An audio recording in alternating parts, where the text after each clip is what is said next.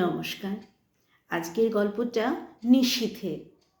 আমরা কথায় কথায় বলে থাকি না, যা ভাগ্যে আছে তাই হবে।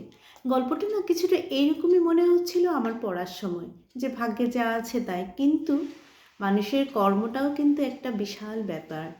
তুমি যেরকম করবে ঠিক তারই ফল পাবে, বা হয়তো যা আছে যেরকম আছে সেরকমভাবেই আমরা কর্ম করে যাব। জানি না ঠিক কী মনে করে কবিগুরু গল্পটা লিখেছেন। পড়তে পড়তে আমার এইটুকুই মনে হলো, দেখুন তো আপনাদের কি হয় মনে। শুনুন, ভীষণ একটু অন্যরকমের গল্প। সেটাতে অনেক কিছু জড়িয়ে আছে, ছলনা, প্রেম, ভালোবাসা, মুহূর্তে মুহূর্তে মানুষের মনের পরিবর্তন, উত্থান পতন সব কিছু মিলিয়ে এই গল্পটা। শুরু করছি নিশীথে। ডাক্তার ডাক্তার জ্বালাতন করিল এই অর্ধেক রাত্রে। চোখ মেলিয়া দেখি আমাদের জমিদার দক্ষিণাচরণ বাবু। ধরফর করিয়া উঠিয়া পিঠ ভাঙা চৌকিটা টানিয়া আনিয়া তাহাকে বসিতে দিলাম এবং উদ্বিগ্নভাবে তাহার মুখের দিকে চাহিলাম। ঘড়িতে দেখি তখন রাত্রি 2:30। দক্ষিণাচরণ বাবু বিবর্ণ মুখে বিস্ফারিত নেত্রে কহিলেন, আজ রাত্রে আবার সেইরূপ উপদ্রব আরম্ভ হইয়াছে। তোমার ঔষধ কোনো কাজে লাগিল না। আমি কিঞ্চিৎ সংকোচে বলিলাম, আপনি বোধ করি মদের মাত্রা আবার বাড়াইয়াছেন। দক্ষিণাচরণবাবু অত্যন্ত বিরক্ত হইয়া কহিলেন, ওটা তোমার ভারী ভ্রম। আদ্যপান্ত বিবরণ না শুনিলে তুমি আসল কারণটা অনুমান করিতে পারিবে না। কুলুঙ্গির মধ্যে ক্ষুদ্র টিনের ডিবায় ম্লানভাবে কেরোসিন জ্বলিতেছিল। আমি তাহা উস্কাইয়া দিলাম। একটুখানি আলো জাগিয়া উঠিল এবং অনেকখানি ধোঁয়া বাহির হইতে লাগিল। কোচাখানা গায়ের উপর টানিয়া একখানা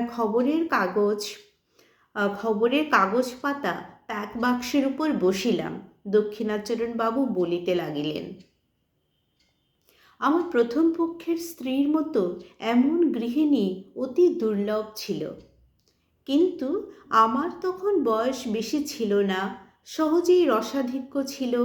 তাহার উপর আবার কাব্যশাস্ত্রটা ভালো করে অধ্যয়ন করিয়াছিলাম, তাই গৃহিণীপনায় মন উঠিত না। কালিদাসের সেই শ্লোকটা প্রায় মনে উদয় হইত, গৃহিণী সচিব সখী মিথা প্রিয় শিষ্যা ললিতে কলাবিধ।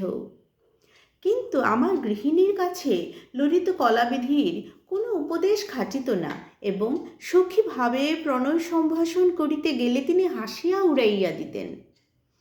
গঙ্গার স্রোতে যেমন ইন্দ্রের ঐরাবত নাকাল হইয়াছিল, তেমনি তাহার হাসির মুখে বড় বড় কাব্যের টুকরো এবং ভালো ভালো আদরের সম্ভাষণ মুহূর্তের মধ্যে অপদস্থ হইয়া ভাসিয়া যাইত। তাহার হাসিবার আশ্চর্য ক্ষমতা ছিল। তাহার পর আজ বছর 4 হইল আমাকে সাংঘাতিক রোগী ধরিল। ওষ্ঠবন হইয়া জ্বর বিকার হইয়া মরিবার দাখিল হইলাম। বাঁচিবার আশা ছিল না। একদিন এমন হইল যে ডাক্তার জবাব দিয়া গেল। এমন সময়ে আমার এক আত্মীয় কোথা হইতে এক ব্রহ্মচারী আনিয়া উপস্থিত করিল। সে গৌবঘৃতের সহিত একটা শিকড় বাটিয়া আমাকে খাওয়াইয়া দিল। ঔষধের গুণেই হোক বা অদৃষ্টেরই হোক, সে যাত্রা বাঁচিয়া গেলাম। রোগের সময় আমার স্ত্রী অহর্নিশি এক মুহূর্তের জন্য বিশ্রাম করেন নাই।